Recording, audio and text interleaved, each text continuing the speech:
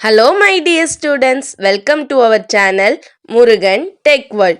Easy to learn, easy to win. இந்த வீடியோவில் நம்ம என்ன பார்க்க போகிறோம் அப்படின்னா subject code AD 3501 deep learning சப்ஜெக்டுடைய unit wise important question with ஆன்சர்ஸோட லெக்சர் வீடியோஸ் தான் பார்த்துட்டு இருக்கீங்க.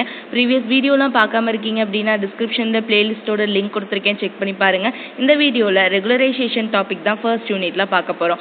ரெகுலரைசேஷன் அப்படின்னா என்ன? ரொம்பவே சிம்பிள். இப்போ நீங்கள் உங்கள் ஒரு ப்ராசஸ் பண்ணிகிட்ருக்கீங்க டீப் லேர்னிங்கில், அதாவது நியூரல் நெட்ஒர்க்கில் ஒரு ப்ராசஸ் பண்ணிகிட்ருக்கீங்கன்னு வைங்க. அப்போது ஏதோ ஒரு எரர் வர மாதிரி இருக்குது. So to reduce the error நம்ம என்ன பண்ணுறோம் அப்படின்னா ஒரு விஷயத்தை மாற்றுவோம். ஒரு விஷயத்தை சேஞ்ச் பண்ணுறப்ப அந்த எரர் வராமல் இருக்கிறதுக்கு சான்சஸ் இருக்குல்ல, அந்த ப்ராசஸ்க்கு பேர் தான் நம்ம ரெகுலரைசேஷன் அப்படின்னு சொல்கிறோம். ஒரு விஷயத்தை நம்ம சேஞ்ச் பண்ணி ஒரு பர்டிகுலர் இன்புட் டேட்டாஸ் எல்லாம் நம்ம சேஞ்ச் பண்ணால், இந்த இடத்துல இதை சேஞ்ச் பண்ணால் என்னுடைய எரர் கவுண்ட் குறையும் அப்படின்னு நான் இது பண்ணுறது தான் இந்த ரெகுலரைசேஷன் ப்ராசஸ். ஓகேவா? தென் இதை எதுக்காக கொண்டு வராங்க அப்படின்னா ஓவர் ஃபிட்டிங்னா என்னென்னு தெரியும். நம்மளோட டேட்டா ஒரு சர்டைன் பிளேஸில் இல்லாமல் ரொம்பவே டிஸ்ட்ராக்ட் ஆகி தள்ளி இருக்கிறது. அந்த டேட்டா ஓவர் ஃபிட்டிங் டேட்டா சரி பண்ணுறதுக்காக நம்ம கொண்டு வர டெக்னிக் தான் இந்த ரெகுலரைசேஷன் டெக்னிக் அப்படின்னு சொல்கிறாங்க. ஓகேங்களா? தென் இதில் நமக்கு மொத்தம் பார்த்தா ஒரு 4 டைப் இருக்குது. Drop out, drop connect, L1 penalty, L2 பெனாலிட்டின்னு சொல்லிட்டு 4 டைப் இருக்குது. ட்ராப் அவுட் அப்படின்னா என்ன அப்படின்னா ஜஸ்ட் நமக்கு தேவையில்லாத டேட்டாஸ் எல்லாம் நம்ம ரிமூவ் பண்ணிடுறது. நாய்ஸி டேட்டா அதிகமாக இருக்குது அப்படின்னா நம்மளுக்கு நெசசரியாக இருக்க நோட்ஸை மட்டும் வச்சுட்டு அன்வான்ட் நோட்ஸ் எல்லாம் ரிமூவ் பண்ணிடுறத நம்ம ட்ராப் அவுட் டேட்டா அப்படின்னு சொல்லுவோம். ட்ராப் கனெக்ட் அப்படின்னா ஒன்றுமே இல்லை, எக்ஸ்ட்ரா நாய்ஸை உண்டு பண்ணுறது. ஓகே, என்கிட்ட இருக்குது ஆல்ரெடி டேட்டா, எனக்கு நெசசரியாக தேவைப்படுற டேட்டா இருக்குது, பட் அதே ஒரே விஷயத்தை செய்கிற பல நோட் டேட்டாஸை நான் உள்ளே இன்சர்ட் பண்ணுறது ட்ராப் கனெக்ட் அப்படின்னு சொல்லுவோம். Next L1 penalty, L2 penalty, அதை L1 ரெகுலரைசேஷன், L2 ரெகுலரைசேஷன் அப்படின்னு சொல்லுவோம். இந்த L1 ரெகுலரைசேஷன் என்ன பண்ணும் அப்படின்னா நிறைய அவுட்புட்டை நமக்கு கொடுக்கும். ஓகே, நம்ம ஒரு ஃபீச்சர் செலெக்ஷன், நம்ம ஒரு ப்ராசஸ் பண்ணிட்டு இருக்கோம் இன்புட் டேட்டானா அதில் இருக்க பர்டிகுலர் ஃபீச்சர்ஸை செலக்ட் பண்ணி அதை எனக்கு ரன் பண்ண வைக்கிறது தான் இந்த L1 உடைய வேலை. ஓகேவா? L2 பெனாலிட்டி என்ன பண்ணும் அப்படின்னா அனாலிட்டிக்ஸ் தான் நான் ஸ்பேஸ் அவுட்புட், அதாவது நிறைய டேட்டாவை எடுத்துக்காது, அதே மாதிரி ஃபீச்சர் செலெக்ஷன் பண்ணாது.